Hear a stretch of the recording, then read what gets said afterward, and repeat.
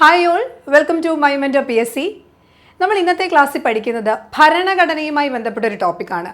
നമ്മൾ പഴയ ക്വസ്റ്റ്യൻ പേപ്പേഴ്സൊക്കെ നോക്കുമ്പോൾ നിങ്ങൾക്ക് കാണാൻ പറ്റുന്ന ചോദ്യങ്ങളാണ് ഭരണഘടനയുമായി ബന്ധപ്പെട്ട് ചില ആർട്ടിക്കിളുമായി ബന്ധപ്പെട്ട് ഭേദഗതികളുമായി ബന്ധപ്പെട്ടൊക്കെ കുറേ കേസുകളുണ്ട്. അപ്പോൾ അതുമായി ബന്ധപ്പെട്ട ചോദ്യം PSC ആവർത്തിച്ച് ചോദിക്കുന്നുണ്ട്.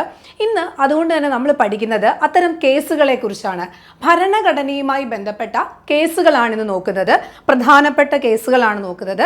കഴിഞ്ഞൊരു ക്ലാസ് ഞാൻ എടുത്ത സമയത്ത് പറഞ്ഞതുപോലെ തന്നെയാണ് നമ്മൾ ഇനിയും പഠിക്കുന്നതൊക്കെ എന്താണ്, വളരെ ക്രിസ്പായിട്ട് പോയിന്റ് നമുക്ക് ആവശ്യമുള്ള എക്സാം പോയിന്റ് ഓഫ് വ്യൂവിൽ തന്നെയാണ് നമ്മൾ പഠിക്കുന്നത്. അപ്പോൾ ഇന്നത്തെ ക്ലാസ്സിൽ ഓരോ കേസും അതിൻ്റെ കാരണം, അതുമായിട്ട് ബന്ധപ്പെടുന്ന വിധി, ഇങ്ങനെയാണ് നമ്മൾ ഇന്നത്തെ ക്ലാസ് പോകുന്നത്. നമ്മൾ ആദ്യം നോക്കുന്നത് AK Gopalan versus state of Madras. ആദ്യത്തെ case AK Gopalan versus state of മദ്രാസുമായിട്ട് AK ഗോപാലൻ തമ്മിലുള്ള ഒരു കേസാണ്. നിങ്ങൾ എല്ലാ കേസ് പഠിക്കുമ്പോഴും വർഷം പഠിക്കണം. 1950 ഈ കേസ് ആസ്പദമായിട്ടുള്ള കാര്യം നടക്കുന്നത്. എന്താണ് ഈ കേസിൻ്റെ പ്രത്യേകത എന്ന് ചോദിച്ചാൽ, സ്വതന്ത്ര ഇന്ത്യയിൽ സുപ്രീം കോടതിയുടെ ആദ്യത്തെ പ്രധാനപ്പെട്ടൊരു ഭരണഘടനാ കേസാണ് ഈ പറയുന്ന AK Gopalan versus state of Madras. ഞാൻ ഈ പറയുന്ന കാര്യങ്ങൾ നിങ്ങൾ അപ്പം തന്നെ പിടിച്ചെടുക്കണം. കാരണം എന്ന് വെച്ച് കഴിഞ്ഞാൽ നമുക്ക് ഒരുപാട് വായിച്ച് പഠിക്കാനുള്ളൊരു സമയമൊന്നും ഇനിയില്ല. നമ്മൾ കേൾക്കുന്ന കാര്യങ്ങളൊക്കെ അപ്പം നമ്മളൊന്ന് ഫീഡ് ചെയ്തു പോവുക കേട്ടോ. ഓക്കെ, അപ്പം സ്വതന്ത്ര ഇന്ത്യയിലെ ഏറ്റവും പ്രധാനപ്പെട്ട ഒരു കേസാണ്. ആദ്യത്തെ പ്രധാനപ്പെട്ട കേസാണ്. ഈ കേസിന് ആസ്പദമായിട്ടുള്ള ആർട്ടിക്കിൾ ഏതാണ് അഥവാ അനുച്ഛേദം ഏതാണ് എന്ന് നോക്കണം. അനുച്ഛേദം 21 കുറിച്ച് സുപ്രീം കോടതി ആദ്യമായിട്ട് വ്യാഖ്യാനം നൽകിയ ഒരു കേസാണ് ഈ പറയുന്ന കേസ് എന്ന് പറയുന്നത്. അദ്ദേഹത്തിന് AK ഗോപാലനെ സംബന്ധിച്ചിടത്തോളം അദ്ദേഹത്തെ എന്ത് ചെയ്തിട്ടുണ്ട്, കരുതൽ തടങ്കലിലൊക്കെ പാർപ്പിച്ചിട്ടുണ്ട് അല്ലേ. അപ്പോൾ ആ സമയത്ത് അദ്ദേഹത്തിൻ്റെ വ്യക്തി സ്വാതന്ത്ര്യത്തിനും ജീവനുമൊക്കെ സംരക്ഷണം നൽകുന്നതുമായിട്ട് ബന്ധപ്പെട്ടൊക്കെ ചോദ്യം ചെയ്തുകൊണ്ട്, അദ്ദേഹം വ്യക്തി സ്വാതന്ത്ര്യത്തെ ചോദ്യം ചെയ്തുകൊണ്ട് സമർപ്പിച്ചൊരു കേസാണ്. അപ്പോൾ അതുമായിട്ട് ബന്ധപ്പെട്ടാണ് ഈ ഒരു പരാമർശം ഉണ്ടായിരിക്കുന്നത്. അത് വിധി എന്തായിരുന്നു എന്ന് ചോദിച്ചു കഴിഞ്ഞാൽ, ഭരണഘടനയുടെ 21-ാം അനുച്ഛേദത്തിൽ പറയുന്ന നിയമം അനുശാസിക്കുന്ന നടപടിക്രമങ്ങൾ, പ്രൊസീജിയർ എസ്റ്റാബ്ലിഷ്ഡ് ബൈ ലോ പാലിച്ചാണോ ഒരാളെ തടങ്കലിലാക്കിയത് എന്ന് മാത്രമേ കോടതി നോക്കുകയുള്ളൂ. ആ നിയമം ന്യായമാണോ എന്ന് പരിശോധിക്കാനുള്ള അധികാരമില്ല എന്ന് വിധിച്ചു. അപ്പം എന്താണ്, ന്യായമായ രീതിയിലല്ല അത്തരത്തിൽ അയാളെ തടങ്കലിലാക്കിയിരിക്കുന്നത് എന്ന തരത്തിലൊരു ചോദ്യം വന്ന സമയത്ത് സുപ്രീം കോടതി എന്താ വിധിച്ചിട്ടുള്ളതെന്ന് വെച്ചാൽ, ന്യായമായിട്ടാണോ എന്നുള്ള കാര്യമല്ല നോക്കുന്നത്, നിയമം അനുസരിച്ചാണോ ആ ഒരു പ്രക്രിയ നടന്നിട്ടുള്ളത് എന്ന് മാത്രമേ നോക്കൂ എന്നുള്ളതായിരുന്നു അതിൻ്റെ വിധി എന്ന് പറയുന്നത്. ഇത് ഏത് വർഷമാണ്? 1950 നമ്മൾ ഒരു വർഷത്തിൻ്റെ ഓർഡറിലാണ് പഠിക്കുന്നത് കേട്ടോ. അപ്പോൾ ആദ്യം നമ്മൾ പഠിക്കുന്നത് 1950 പിന്നീട് 78 മേനകാ ഗാന്ധിയുടെ കേസിൽ ഈ വിധി മാറുന്നുണ്ട്. അത് നമ്മൾ വരുന്നതനുസരിച്ച് പഠിക്കും. ഓക്കെ, അപ്പോൾ 1950 AK Gopalan versus state of മദ്രാസിന്റെ കേസ് നമ്മൾ പഠിച്ചു കഴിഞ്ഞു. പ്രത്യേകമായി അവിടെ ഓർക്കുക, ആർട്ടിക്കിൾ 21 കുറിച്ചാണ് അവിടെ വ്യാഖ്യാനിച്ചിരിക്കുന്നത്. കേസ് എന്തായിരുന്നു എന്ന് ഓർക്കുക. അതിലെ ആർട്ടിക്കിൾ പ്രധാനമായിട്ടുള്ള ഭരണഘടനയുമായി ബന്ധപ്പെട്ട ഏത് പോയിന്റ് ആണെന്ന് നമ്മൾ ഓർത്തു വെച്ചിരിക്കാം. ഓക്കെ, ഇനി അടുത്ത കേസിലേക്ക് പോവാം. അടുത്ത കേസ് എന്താണ്? Shankari Prasad versus union of India 1951. അപ്പൊ രണ്ടാമത്തെ കേസ് ഏതാണ്? Shankari Prasad versus union of India എന്നുള്ളതാണ്. ഇതിവിടെ വിഷയം എന്തായിരുന്നു, ഈ കേസിന് ആസ്പദം അല്ലെങ്കിൽ ഈ ഒരു ഇത്തരത്തിലൊരു കേസ് വരാനുള്ള വിഷയം എന്ന് പറയുമ്പോൾ അതിന്റെ പ്രധാന വിഷയം എന്ന് പറയുന്നത് ഭരണഘടനയുടെ 1-ാം ഭേദഗതിയെ ചോദ്യം ചെയ്ത കേസായിരുന്നു. ഭരണഘടനയുടെ 1-ാം ഭേദഗതിയെ ചോദ്യം ചെയ്തിട്ടായിരുന്നു ഇത്തരത്തിൽ Shankari Prasad versus union of ഇന്ത്യയുടെ ഒരു പ്രധാന വിഷയം എന്ന് പറയുന്നത്. ആ ഒരു വിഷയത്തിൽ ഇവിടെ പറഞ്ഞിരിക്കുന്നത് ഭരണഘടനയുടെ ഏതു ഭാഗവും എന്തായിരുന്നു വിധിയും ചോദിച്ചു കഴിഞ്ഞാൽ, മൗലിക അവകാശങ്ങൾ ഉൾപ്പെടെ ഭേദഗതി ചെയ്യാനുള്ള പാർലമെന്റ് അധികാരം സുപ്രീം കോടതി ഈ വിധിയിലൂടെ ശരിവെക്കുകയാണ് ഉണ്ടായിരുന്നത്. ഓക്കെ, അപ്പൊ ഭരണഘടനയുടെ ഏതൊരു ഭാഗവും ഏതാണ്, മൗലിക അവകാശങ്ങൾ ഉൾപ്പെടെയുള്ള ഏതൊരു ഭാഗത്തെയും എന്താണ്, ഭേദഗതി ചെയ്യാനുള്ള പാർലമെന്റിന്റെ അധികാരത്തെ എന്ത് ചെയ്തു, സുപ്രീം കോടതി എന്ത് ചെയ്തു, ശരിവെക്കുന്ന തരത്തിലാണ്. അപ്പൊ ഇവിടെ ഭരണഘടനയുടെ ഭേദഗതിയെ ചോദ്യം ചെയ്തുകൊണ്ടുള്ളൊരു വിഷയത്തിന്മേലായിരുന്നു ഇത്തരം ഒരു കേസ് നടത്തിയിട്ടുള്ളത്. സുപ്രീം കോടതിയുടെ വിധി എന്താണ് എന്ന് നോക്കുക. അപ്പം അനുച്ഛേദം 13 പറയുന്നത്. അനുച്ഛേദം 13 പറയുന്ന ഒരു നിയമം എന്ന ഒരു വാക്ക് ഉപയോഗിക്കുന്നുണ്ട്. ഈ നിയമം എന്ന് പറയുന്നത് ഒരു സാധാരണ നിയമമാണ്. ഇവിടെ എന്തുൾപ്പെടില്ല, ആർട്ടിക്കിൾ അതായത് 368 എന്ന് പറയുന്ന ഭേദഗതിയുമായി ബന്ധപ്പെടുന്ന കാര്യങ്ങൾ ഇതിനകത്ത് ഉൾപ്പെടുന്നില്ല. 13-ാമത്തെ ആർട്ടിക്കിളിൽ പറയുന്ന നിയമം എന്ന് പറയുന്നത് സാധാരണ നിയമങ്ങളാണ്. ഭേദഗതിയുമായിട്ടുള്ള ബന്ധപ്പെട്ട നിയമങ്ങൾ ഇവിടെ വരുന്നില്ല എന്നുള്ളതുമാണ് എന്ത് ചെയ്യുന്നത് ഈ പറയുന്ന കോടതി അവിടെ വിധിയായിട്ട് പറഞ്ഞിട്ടുള്ളത്. അപ്പം നോക്കേണ്ടത് Shankari Prasad versus union of ഇന്ത്യയുടെ കേസ് ഏത് വർഷമായിരുന്നു എന്ന് നോക്കുക. 1951 അത് ഒന്നാം ഭരണഘടന ഭേദഗതിയെ ചോദ്യം ചെയ്തുകൊണ്ടുള്ള ഒരു കേസായിരുന്നു. ഓക്കെ, അപ്പൊ 2 കേസുകൾ നമ്മൾ പഠിച്ചു കഴിഞ്ഞു. അടുത്തത് നമ്മൾ മൂന്നാമത്തെ കേസിലേക്ക് പോകുന്നത് 1960 ബെറുബാരി യൂണിയൻ കേസാണ് അല്ലേ. Berubari union case 60. അപ്പം നിങ്ങൾ ഓർത്ത് വെച്ചേക്കേണ്ട വർഷമാണിത്. പിന്നെ ഒരു പ്രധാനപ്പെട്ട കാര്യം, ഇത് ഒരുപാട് വട്ടം PSC ചോദിച്ചിട്ടുണ്ട് അല്ലേ. നിങ്ങൾക്കറിയാം പല ക്വസ്റ്റ്യൻ പേപ്പറിൽ നമ്മൾ കാണുന്നൊരു പ്രധാനപ്പെട്ട കേസാണ് ഈ കേസ് എന്ന് പറയുന്നത്. ഈ കേസ് എന്ത് കേസാണ്, ഇതിനാസ്പദമായിട്ടുള്ള വിഷയം എന്താണെന്ന് ചോദിച്ചു കഴിഞ്ഞാൽ ഇന്ത്യയും അതുപോലെ തന്നെ കിഴക്കൻ പാകിസ്ഥാനും, അതായത് ഇന്നത്തെ ബംഗ്ലാദേശും തമ്മിലുള്ള കുറച്ച് അതിർത്തി തർക്കമാണ്. നെഹ്റു നൂൺ എഗ്രിമെന്റുമായിട്ട് ബന്ധപ്പെട്ട ഒരു കേസാണ്. നെഹ്റു നൂൺ എഗ്രിമെന്റുമായിട്ട് ബന്ധപ്പെട്ട് എന്താണ് ഈ പറയുന്ന ബെറുബാരിയിലെ കുറച്ച് പ്രദേശം ബംഗ്ലാദേശിലേക്ക് അല്ലെങ്കിൽ ഇന്നത്തെ ബംഗ്ലാദേശിലേക്ക് വിട്ടുകൊടുക്കുന്നതുമായി ബന്ധപ്പെട്ട അതിർത്തിയുമായി ബന്ധപ്പെട്ട ഒരു പ്രശ്നമാണ് അത്തരം ഒരു കേസിലേക്ക് നയിച്ചിട്ടുള്ളത്. അപ്പം ഈ കേസുമായി ബന്ധപ്പെട്ട് എന്തായിരുന്നു സുപ്രീം കോടതിയുടെ വിധി എന്ന് പറഞ്ഞാൽ 2 കാര്യങ്ങളാണ് ഈ പ്രധാനമായിട്ടും വരുന്നത്. ഇവിടെ ആമുഖത്തെക്കുറിച്ച് പറയുന്നുണ്ട്. അതായത് ആമുഖത്തിൽ നമ്മളൊരു പരമാധികാര രാജ്യമാണ് എന്ന് പറയുന്നത് വെച്ചിട്ട് എന്താണ് ആമുഖം ഭരണഘടനയുടെ ഭാഗമല്ല എന്ന് സുപ്രീം കോടതി വിധിക്കുന്നുണ്ട് ഈ ഒരു കേസിൽ. അപ്പം പരമാധികാരമാണ്, ആ പരമാധികാരം വെച്ചിട്ട് നമുക്ക് എന്ത് ചെയ്യാൻ പറ്റില്ല, നമ്മുടെ രാജ്യത്തെ ഒരു സ്ഥലം എന്ത് ചെയ്യാൻ പറ്റില്ല, മറ്റൊരു രാജ്യത്തിനൊന്നും വിട്ടുകൊടുക്കാൻ കഴിയില്ല. അപ്പം അതുമായി ബന്ധപ്പെട്ടാണ് ആമുഖത്തിൽ അത് വെച്ചിട്ട് എന്ത് ചെയ്യാൻ പറ്റില്ല. അതുകൊണ്ടാണ് അവിടെ ആമുഖം ഭരണഘടനയുടെ ഭാഗമല്ല എന്ന ആ കേസിൽ വിധി വരുന്നു. നിങ്ങൾ പ്രത്യേകം ഓർത്തിരിക്കുക, ഏത് കേസിലാണ് ആമുഖം ഭരണഘടനയുടെ ഭാഗമല്ല എന്ന വിധി ഉണ്ടായിരുന്നതെന്ന് ചോദിച്ചിട്ടുണ്ട്. അത് 1960 ഏത് കേസാണ്, ബെറുബാരി യൂണിയൻ കേസാണ്. ഓക്കെ ആണല്ലോ. അപ്പം അതുപോലെ തന്നെ ഈ ഇന്ത്യയുടെ ഒരു പ്രദേശം ഏതെങ്കിലും ഒരു വിദേശ രാജ്യത്തിന് കൈമാറാൻ ഭരണഘടനയുടെ ഭേദഗതി വേണമെന്ന് വിധിച്ചു. അപ്പം ഏതെങ്കിലും ഒരു സ്ഥലം, ഏതെങ്കിലും ഒരു പ്രദേശം വിദേശ രാജ്യത്തിന് കൈമാറണമെങ്കിൽ അവിടെ ഭേദഗതി ഉണ്ടാവണമെന്ന് വിധിച്ചത് എവിടെയാണ്, ഈ പറയുന്ന കേസിലാണ്. ഇവിടെ അനുച്ഛേദം 3 പറയുന്ന അല്ലെങ്കിൽ ഈ അനുച്ഛേദം 3 ആർട്ടിക്കിൾ 3 ഉപയോഗിച്ച് എന്ത് ചെയ്യാൻ കഴിയില്ല, വിദേശ രാജ്യത്തിന് നമുക്ക് ഒരു സ്ഥലമൊന്നും നൽകാൻ കഴിയില്ല. അവിടെ 368 ആർട്ടിക്കിൾ 368 ഉപയോഗിച്ചുള്ള ഭരണഘടനാ ഭേദഗതി വേണമെന്ന് എവിടെ വിധിച്ചിട്ടുണ്ട്, ഈ പറയുന്ന കേസിൽ സുപ്രീം കോടതി വിധിച്ചിട്ടുണ്ട്. അപ്പോൾ അതിൻ്റെ ഫലമായിട്ട് 9ാം ഭരണഘടനാ ഭേദഗതി 60 9ാം ഭരണഘടനാ ഭേദഗതി പാസ്സാക്കിയ ശേഷമാണ് ബെറുബാരി യൂണിയൻ എവിടെ കൈമാറുന്നത്, ഈ പറയുന്ന ഇപ്പോഴത്തെ ബംഗ്ലാദേശ് അല്ലെങ്കിൽ കിഴക്കൻ പാകിസ്ഥാനിലേക്ക് കൈമാറുന്നത്. അപ്പോൾ ഓർത്തിരിക്കേണ്ടത് 1960 ബെറുബാരി യൂണിയൻ കേസുമായി ബന്ധപ്പെട്ട പ്രധാന ഭാഗം എന്ന് പറയുന്നത് ആമുഖം ഭരണഘടനയുടെ ഭാഗമല്ല എന്ന് വിധിച്ച കേസാണ്. അവിടെ ഏതെങ്കിലും ഒരു പ്രദേശം വിട്ടുകൊടുക്കണമെന്നുണ്ടെങ്കിൽ അവിടെ ഭേദഗതി വേണം എന്ന് പറഞ്ഞത് എവിടെയാണ്, ഈ പറയുന്ന കേസിലാണ്. ക്ലിയർ ആണല്ലോ. അപ്പോൾ ഈ ഒരു കേസും ഓർത്ത് വെച്ചിരിക്കുക. നമ്മൾ 3 കേസ് പഠിച്ചു. 50 കേസ് പഠിച്ചു, 51 കേസ് പഠിച്ചു, 60 കേസ് പഠിച്ചു. നിങ്ങളെ ഈ പറയുന്ന വർഷത്തിന്റെ ഓർഡറിലാണ് പഠിപ്പിക്കുന്നത്. അപ്പം അതുകൊണ്ട് തന്നെ നിങ്ങൾക്ക് ഓർത്തിരിക്കാൻ എളുപ്പമായിരിക്കും. ഓക്കെ, ഇനി അടുത്ത കേസ് എന്ന് പറയുന്നത് 67 കേസാണ്. 1967 പ്രധാനപ്പെട്ട കേസുകളാണ്. PSCയുടെ ക്വസ്റ്റ്യൻ പേപ്പറിൽ ഓപ്ഷനായിട്ട് നിങ്ങൾക്ക് ഒരുപാട് വട്ടം കണ്ടിട്ടുള്ളൊരു ചോദ്യമാണ് ഗോലക്നാഥ് കേസ് അഥവാ Golaknath VS state of Punjab 1967 കേസാണ്. ക്ലിയർ ആണല്ലോ. അപ്പോൾ ഇവിടെ ഇദ്ദേഹത്തിന്റെ കയ്യിലിരുന്ന കുറച്ച് സ്ഥലം സർക്കാർ ഏറ്റെടുക്കുന്നതുമായിട്ടൊക്കെ ബന്ധപ്പെട്ട കേസാണ്. ഇവിടെ വിഷയം എന്ന് പറയുന്നത് പാർലമെന്റ് ഭരണഘടനാ ഭേദഗതിയിലൂടെ, അതായത് ആർട്ടിക്കിൾ 368 പൗരന്മാരുടെ മൗലിക അവകാശങ്ങൾ എടുത്തു മാറ്റാനോ കുറയ്ക്കാനോ അധികാരമുണ്ടോ എന്നുള്ളതാണ്.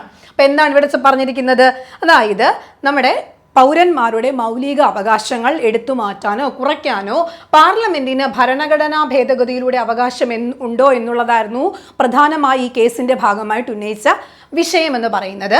അപ്പോൾ ഇതിന്റെ വിധി എന്തായിരുന്നു എന്ന് ചോദിച്ചു കഴിഞ്ഞാൽ മൗലിക അവകാശങ്ങൾ ഭേദഗതി ചെയ്യാൻ പാർലമെന്റിന് അധികാരമില്ല എന്ന് സുപ്രീം കോടതി വിധിച്ച കേസാണ്.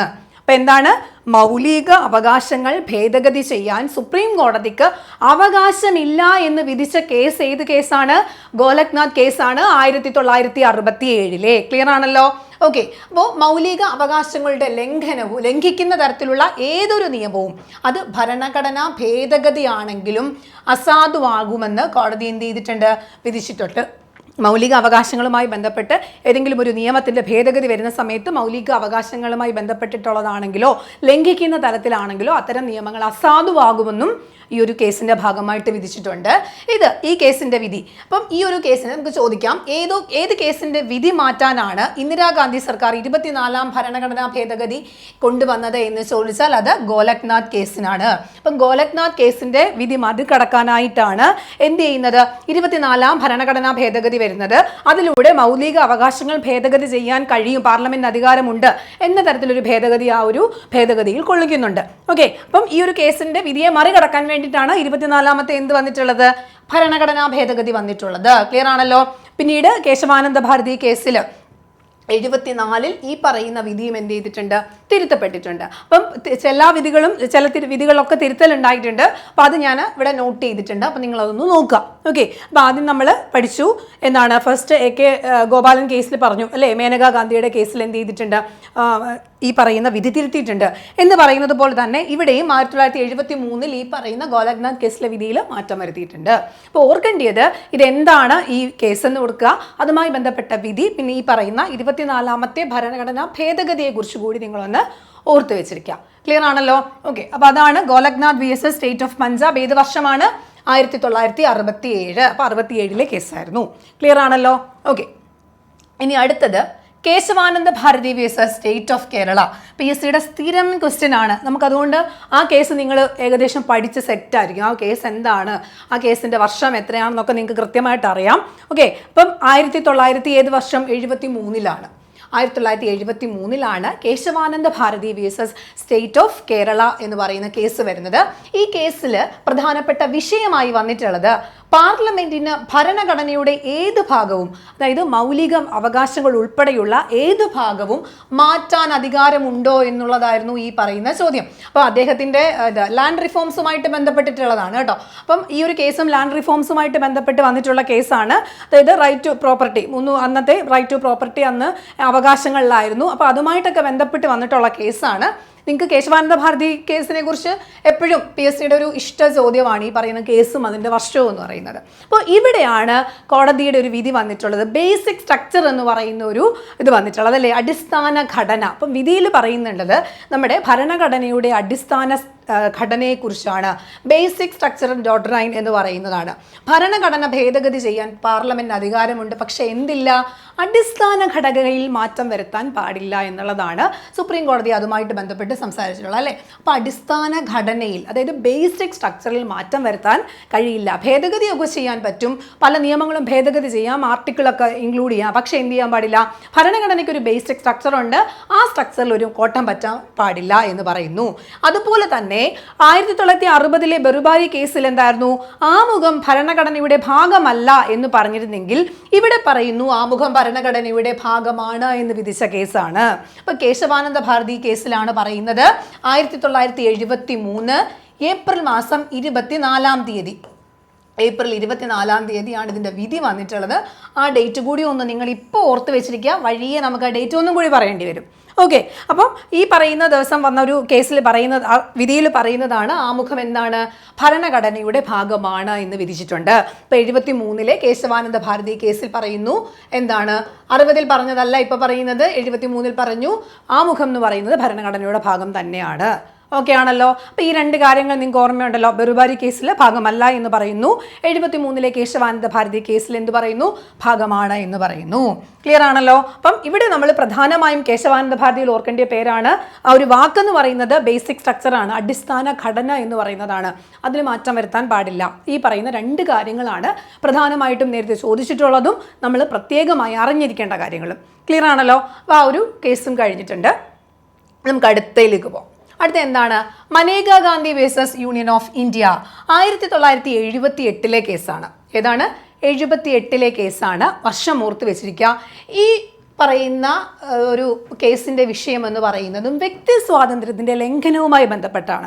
അപ്പം വ്യക്തി സ്വാതന്ത്ര്യവുമായി ബന്ധപ്പെട്ടാണ് പാസ്പോർട്ട്, ഇവരുടെ പാസ്പോർട്ട് കണ്ടുകെട്ടിയതുമായി ബന്ധപ്പെട്ട് വ്യക്തി സ്വാതന്ത്ര്യത്തിൻ്റെ ലംഘനം എന്ന പേരിൽ വന്നിട്ടുള്ള വിഷയത്തിലാണ് ഈ പറയുന്ന കേസ് വന്നിട്ടുള്ളത്. അപ്പോൾ ഈ കേസിന് ആസ്പദമായ വിഷയം അതാണ്.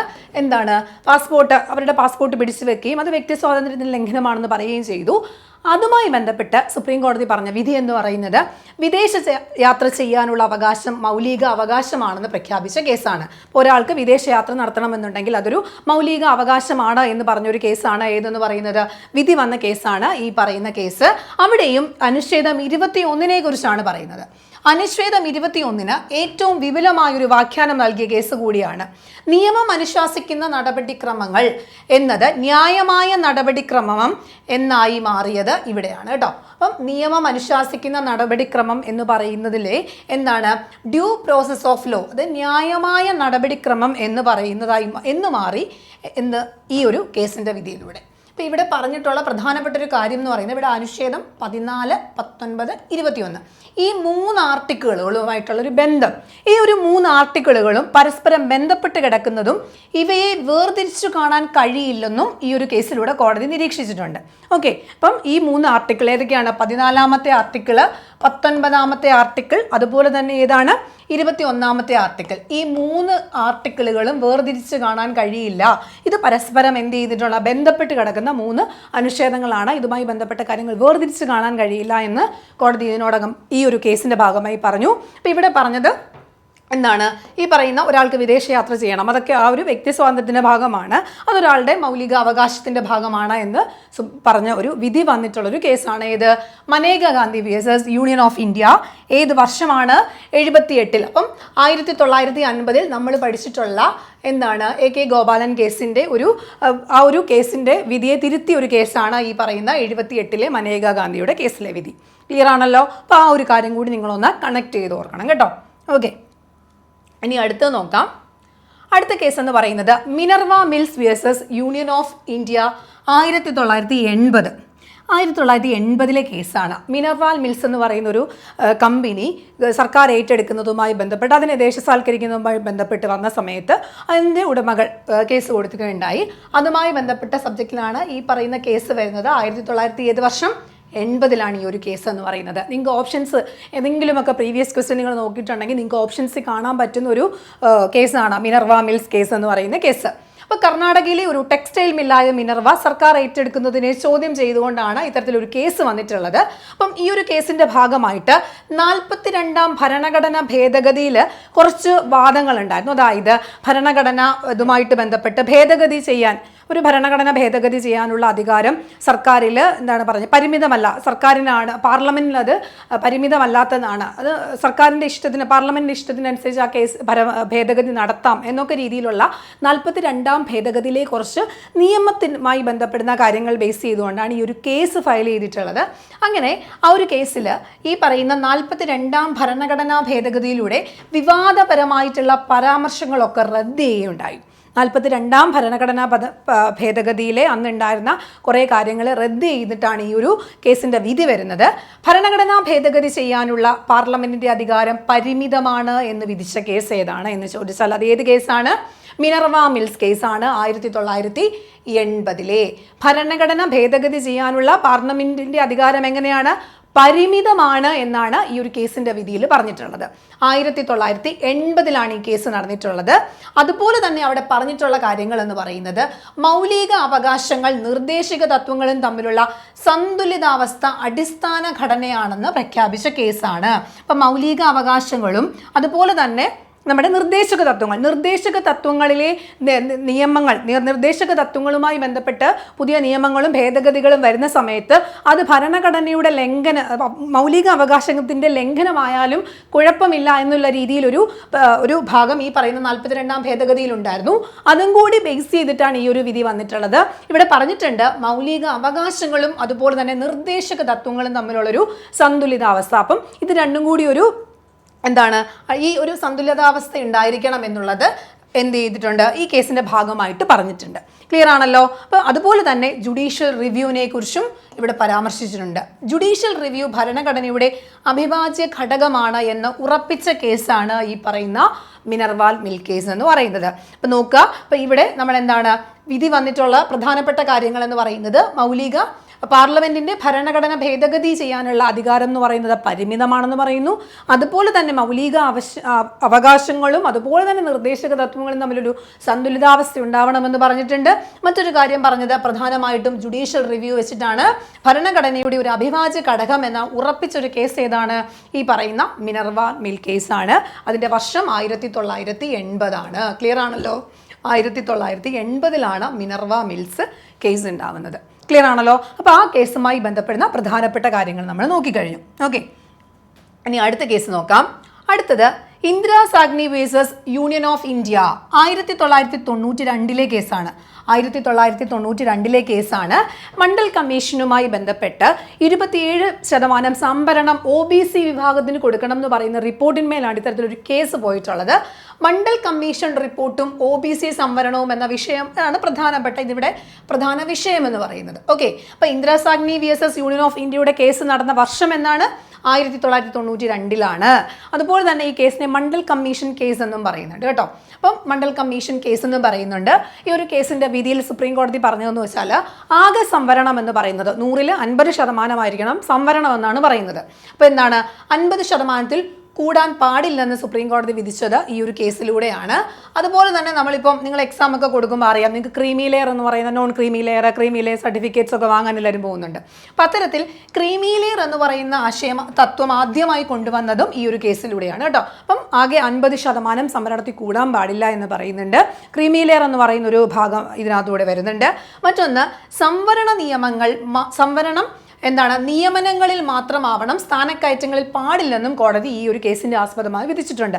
സംവരണം എന്ന് പറയുന്നത് നിയമനങ്ങളിൽ മാത്രമാകണം, സ്ഥാനക്കയറ്റങ്ങളിൽ ഉണ്ടാവാൻ പാടില്ല എന്നും വിധിച്ച കേസ് ഏതാണ്? ഈ പറയുന്ന Indira Sawhney versus union of India കേസാണ്. വർഷം നോക്കുക 1992. നമ്മൾ 1950 കേസ് തൊട്ടാണ് ഇങ്ങോട്ട് പഠിക്കുന്നത്. പ്രധാനപ്പെട്ട കേസുകളാണ്, നിങ്ങൾക്ക് എക്സാമിന് ചോദിച്ചിട്ടുള്ളതും പ്രീവിയസ് ആയിട്ടുള്ള കേസുകൾ ഉൾപ്പെടുത്തിയിട്ടാണ് കേട്ടോ ഈ പ്രധാനപ്പെട്ട കേസുകൾ ഞാൻ അറേഞ്ച് ചെയ്തിട്ടുള്ളത്. ഓക്കെ, അപ്പോൾ മണ്ഡൽ കമ്മീഷൻ കേസ് എന്നറിയപ്പെടുന്ന കേസ് ഏതാണ്? Indira Sawhney versus union of India കേസാണ്. 1992 സംവരണവുമായി ബന്ധപ്പെട്ടൊരു കേസായിരുന്നു എന്ന് ഓർത്ത് വെച്ചേക്കാം. നിങ്ങൾ ഓർത്ത് വെക്കും അല്ലേ? 50% കൂടാൻ പാടില്ല സംവരണം എന്ന് വിധിച്ച കേസാണ്. ഓക്കെ, ഇനി അടുത്ത കേസ് എന്ന് പറയുന്നത് SR Bommai versus union of India 1994 കേസാണ്.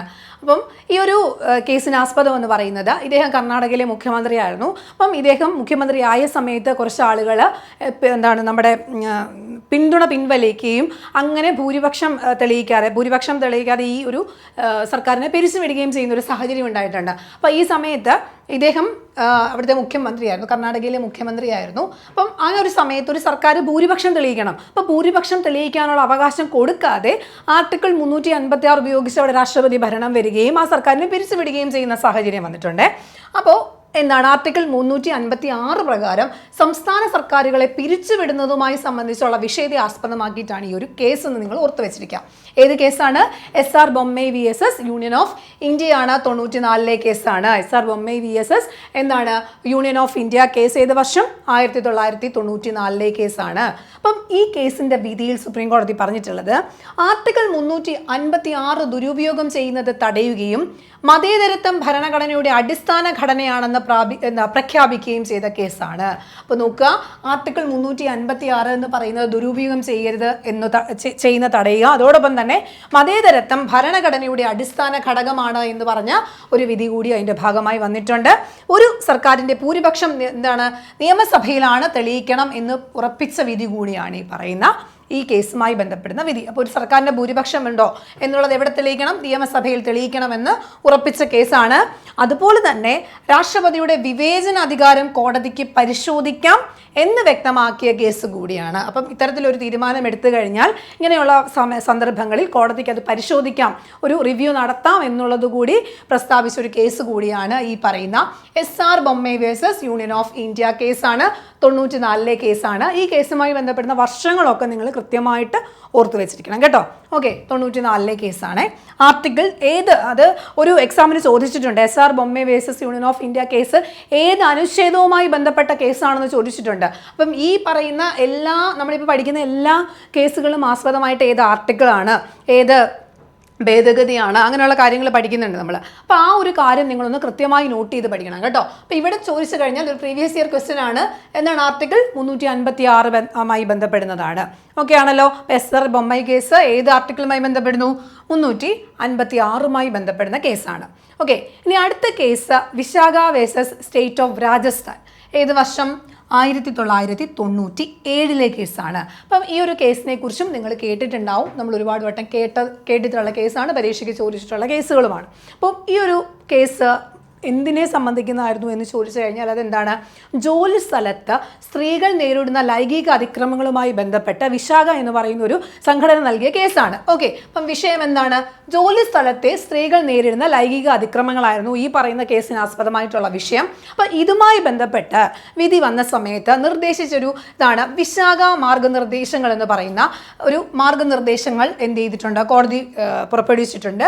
ജോലി സ്ഥലത്ത് സ്ത്രീകളുടെ സുരക്ഷയ്ക്കായി കോടതി വിശദമായിട്ടൊരു മാർഗനിർദ്ദേശം രൂപപ്പെടുത്തി. അപ്പം ആ മാർഗനിർദ്ദേശങ്ങൾ അറിയപ്പെടുന്നത് വിശാഖ മാർഗനിർദ്ദേശങ്ങൾ എന്നാണ്. സ്ത്രീകൾക്ക് മാന്യമായി ജോലി ചെയ്യാനുള്ള അവകാശം ഏത് ആർട്ടിക്കിളാണ്?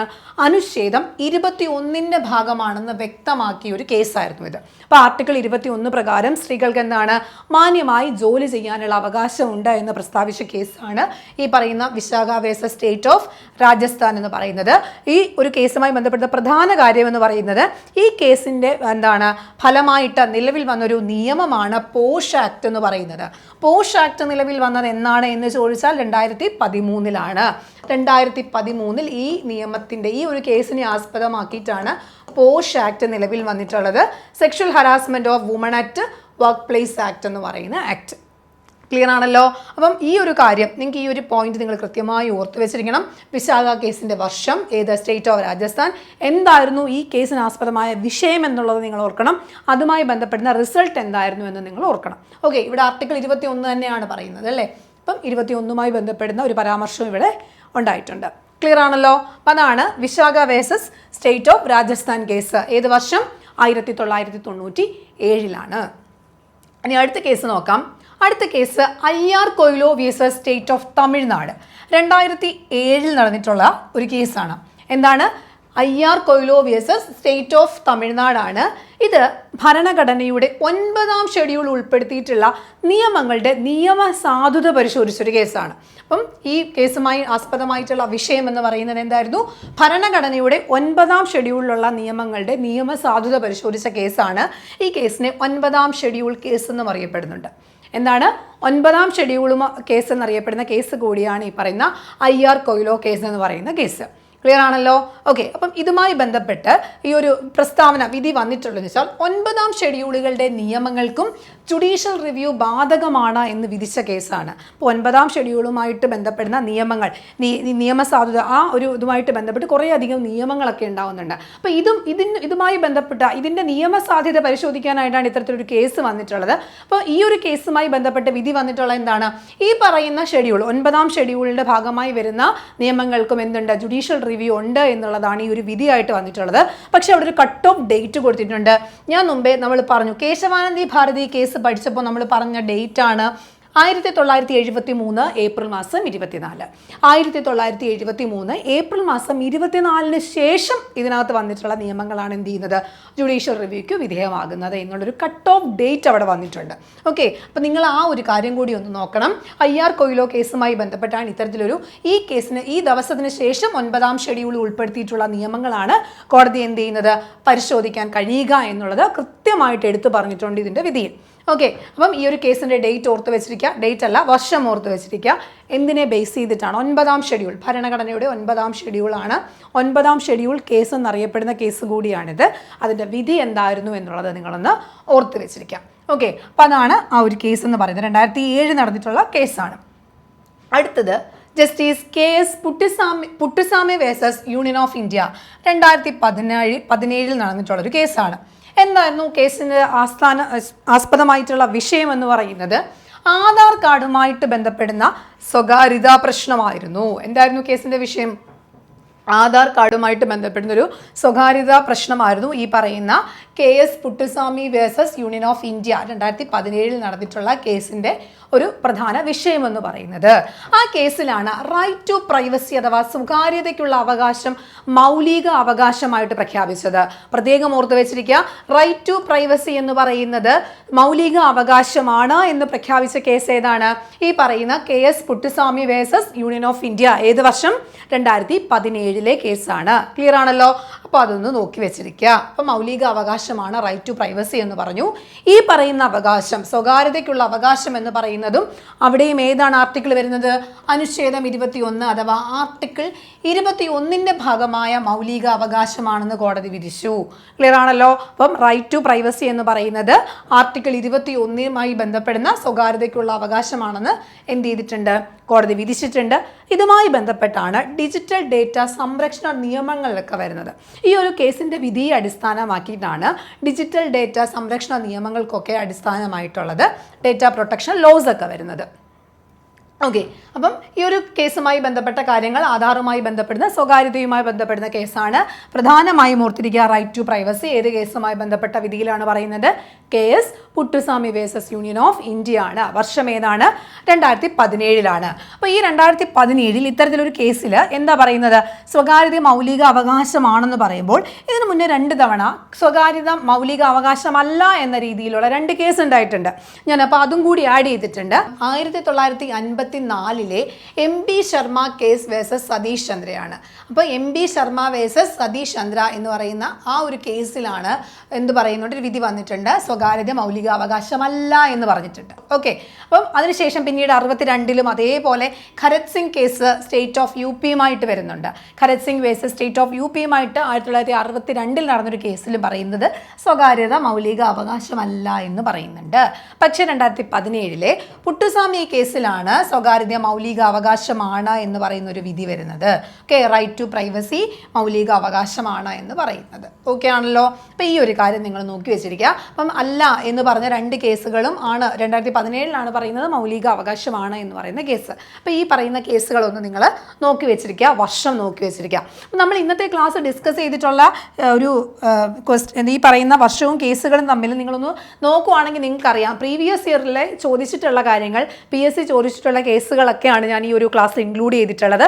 അതുപോലെ തന്നെ അതിൻ്റെ വർഷവും നിങ്ങൾ പഠിക്കുന്ന സമയത്തും കൃത്യമായിട്ട് വർഷം പഠിച്ചു പോകണം, എന്താണ് എന്ന് പഠിക്കണം. ഞാൻ മുമ്പേ പറഞ്ഞ പോലെ തന്നെയാണ്, ഭരണഘടനയിൽ അത് എവിടെയാണ്, ഏതുമായി ബന്ധപ്പെടുന്നതാണെന്ന് കൃത്യമായി നോട്ട് ചെയ്ത് പോകണം. അപ്പം ചോദിച്ചൊരു പാറ്റേൺ അനുസരിച്ച് അത്രയും കാര്യങ്ങളൊക്കെ നമ്മൾ കൃത്യമായിട്ട് ഈ പറയുന്ന കേസുമായി ബന്ധപ്പെട്ട് അറിഞ്ഞിരിക്കണം. അപ്പം പ്രധാനമായി PSC ചോദിച്ചിട്ടുള്ളതും പ്രധാനപ്പെട്ട കേസുകളുമാണ് നമ്മൾ ഇന്നത്തെ ഒരു ക്ലാസ് ഡിസ്കസ് ചെയ്തിട്ടുള്ളത്. അപ്പോൾ ഇത്രയും കാര്യങ്ങൾ നിങ്ങൾ കൃത്യമായി പഠിക്കുക.